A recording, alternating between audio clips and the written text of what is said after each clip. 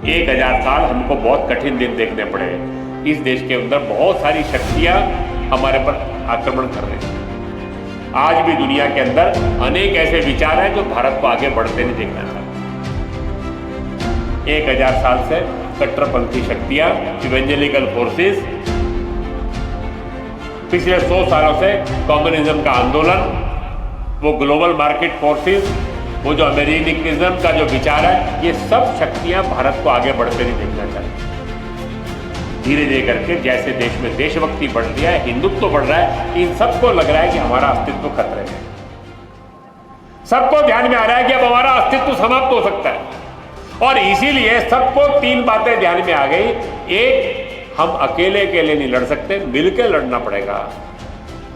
और भारत, हम सबका कॉमन एनिमी क्या है? देश के अंदर बढ़ता हुआ हिंदुत्व, देशभक्ति का भाव, इन सब संगठनों के बढ़ता समाज का विश्वास।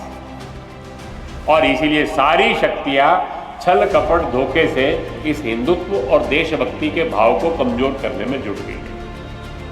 ये हिंदुत्व का आंदोलन, ये ब्राह्मणवादी है, ये मनुवादी है, ये अनुसूचित जाति विरोधी है, जनजाति विरोधी है, महिला विरोधी है। समाज के एक एक वर्ग के अंदर अप्रचार करना,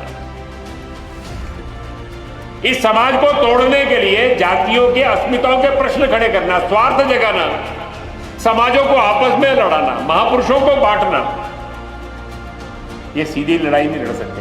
आने वाले समय में इस देशभक्ति, हिंदुत्व का भाव खत्म करने के लिए छल कपट धोखे के आधार के ऊपर ये चलेंगे। भाषाओं के आधार पर, जातियों के आधार पर, स्वार्थों के आधार पर समाज को बांटने के बहुत प्रयास होंगे। हम सब लोगों को इनके प्रति जागरूक रहना है। समाज को आपस में लड़ने नहीं देना, बंटने नहीं देना। अब अपना समाज बटेगा नहीं।